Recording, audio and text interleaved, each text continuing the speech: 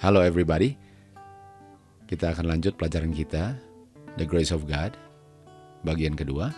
Di bagian pertama kita sudah belajar tentang kata lasciviousness. Sekarang kita mau belajar tentang arti daripada kata grace, karena kata grace itu sudah diputar-balikan, di mana artinya sudah menjadi lasciviousness. Jadi apa itu grace? Kita buka di Efesus 2 ayat 8 untuk mengerti apa arti kata grace. Di Efesus 2 ayat 8 dikatakan bahwa seseorang diselamatkan oleh grace. Grace lah yang menyelamatkan.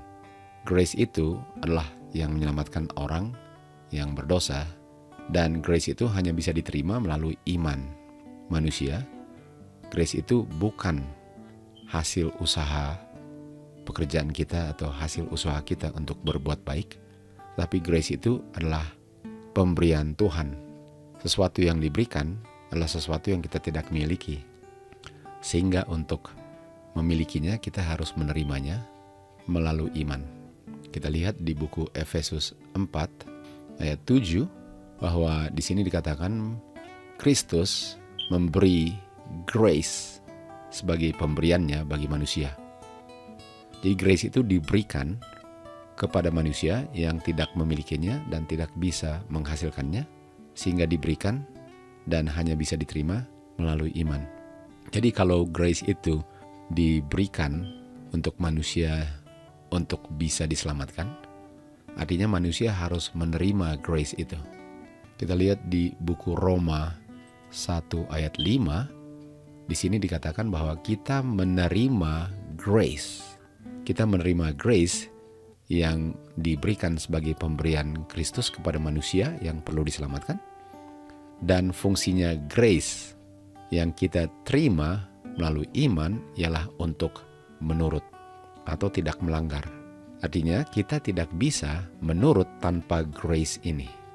Kita tidak bisa perbuatan kita benar di hadapan Tuhan tanpa grace ini.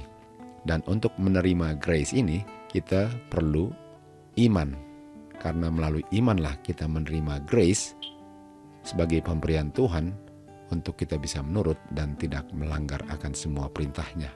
Kata lain daripada grace kita dapati di buku 2 Korintus 12 ayat 9. Dikatakan di sini bahwa grace-nya Kristus adalah kekuatannya Kristus yang adalah kuasanya Kristus. Artinya kuasa Kristus, kekuatan Kristus atau grace-nya Kristus lah yang sanggup menyelamatkan orang berdosa. Karena manusia nggak bisa menurut. Karena dengan grace inilah manusia disanggupkan untuk menurut. Dan artinya orang yang diselamatkan adalah orang yang menurut, bukan orang yang melanggar perintah Tuhan. Dan the power of Christ ini yang adalah grace, kita bisa lihat ini adalah Injil Kristus. Di Roma 1 ayat 16, kuasanya Tuhan yang sanggup untuk menyelamatkan atau yang menyanggupkan orang untuk bisa menurut bagi semua orang yang percaya atau beriman. Artinya grace adalah kuasa Kristus yang menyanggupkan seseorang yang tidak bisa menurut untuk bisa menurut dan diterima melalui iman. Artinya untuk orang untuk menerima grace ini dia harus percaya akan grace ini sehingga dia beriman, dan melalui imanlah dia menerima grace atau kuasa Kristus ini. Dan ini adalah Injil Kristus. Kita buka di Galati 1 mulai ayat 6. Galati 1 ayat 6 dikatakan bahwa Rasul Paulus di buku Galati mengatakan bahwa ada orang-orang yang sudah memutar-balikan grace atau the power of Christ ini menjadi Injil yang lain. Kita tahu Injil Kristus adalah kuasa Kristus yang sanggup menyelamatkan bagi orang yang menerima kuasa itu melalui iman. Tetapi sekarang ada Injil yang lain yang sudah memutarbalikan Injil Kristus.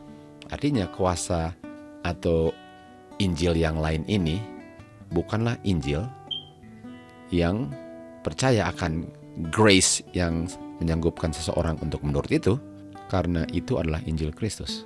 Dan kita lihat di sini bahwa sebenarnya dikatakan di ayat 7 ini bukan Injil yang lain, tetapi Injil atau menggunakan kata grace dan mengaku sebagai Injil Kristus, tetapi sudah memutarbalikkan arti daripada kuasa Kristus itu, yaitu grace.